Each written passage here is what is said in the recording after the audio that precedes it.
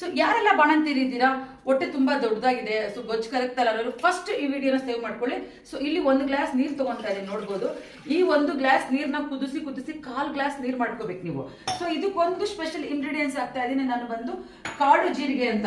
So ನಿಮ್ಗೆ ಎಲ್ಲ ಒಂದು ಗಜ್ಜೆ ಅಂಗಡಿ ಹೋದ್ರು ನಿಮ್ಗೆ ಸಿಗ್ಬೋದು, ಸಿಕ್ಕಿಲ್ಲ ಅಂದ್ರೂ ಆನ್ಲೈನ್ ಚೆಕ್ ಮಾಡಿ, ಆನ್ಲೈನ್ ಅಲ್ಲೇ ಸಿಗ್ಬೋದು. ನೋಡಿ ಇದು ಈ ತರ ಬರುತ್ತೆ ನೋಡಿ, ಕಾಡು ಜೀರಿಗೆ ಅಂದ್ಬಿಟ್ಟು. ಸೊ ನೋಡಿ ಇದು ಈ ತರ ಕಾಡು ಜೀರಿಗೆ ಬರುತ್ತೆ.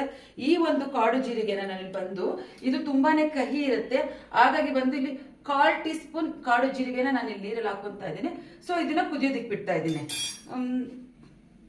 ಸೊ ಈ ಕಾಡು ಜೀರಿಗೆಯಿಂದ ತುಂಬಾನೇ ಪ್ರಯೋಜನ ಇದೆ.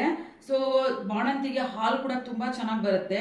ಮತ್ತೆ ಬಾಣಂತಿಗೆ ನಾನು ನಿಜವಾಗ್ಲೂ ಹೇಳ್ತಾ ಇರೋದು ಬಾಣಂತಿ, ಯಾಕಂದ್ರೆ ನಾನು ತುಂಬಾ ಜನ ಬಾಣಂತಿಯರು ಕಾಲ್ ಮಾಡಿ ಹೇಳ್ತಾರೆ, ಮೇಡಮ್ ನಮ್ಗಂತೂ ಹೊಟ್ಟೆ ತುಂಬಾ ದಪ್ಪ ಇದೆ, ಆಪರೇಷನ್ ಆಗಿದೆ, ಹೊಟ್ಟೆ ಕಟ್ಟೋದಿಕ್ ಆಗ್ತಲ್ಲ, ಬೆಲ್ಟ್ ಹಾಕಿದ್ರು ಹೊಟ್ಟೆ ಕಮ್ಮಿ ಆಗ್ತಲ್ಲ, ಮೇಡಮ್ ನಾನು ಬಟ್ಟೆ ಕಟ್ಟಿದ್ರು, ಅಮ್ಮ ಕಾಟನ್ ಸೀರೆ ಕಟ್ಟಿದ್ರು ಆದ್ರೂ ಹೊಟ್ಟೆ ಕರೆಕ್ತಾ ಇಲ್ಲ ಅಂತವ್ರು ಈ ವಿಡಿಯೋನ ಸೊ ನಿಜವಾಗ್ಲೂ ನೀವು ಸೇವ್ ಮಾಡಿ ಇಟ್ಕೊಳ್ಳಿ.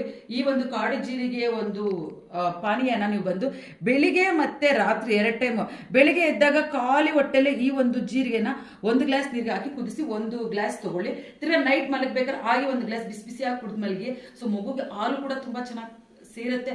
ಹಾಗೆ ನಿಮ್ಮ ಒಂದು ಡೊಳ್ಳು ಹೊಟ್ಟೆ ಎಷ್ಟು ಚೆನ್ನಾಗಿ ಕರಗಿ ಬೇಗನೆ ತೆಳ್ಳಗಾಗ್ತೀರಾ. ಸೊ ನೋಡಿ ಇವಾಗ ಅದು ಚೆನ್ನಾಗಿ ಕುದೀತಾ ಇದೆ ಆಲ್ರೆಡಿ.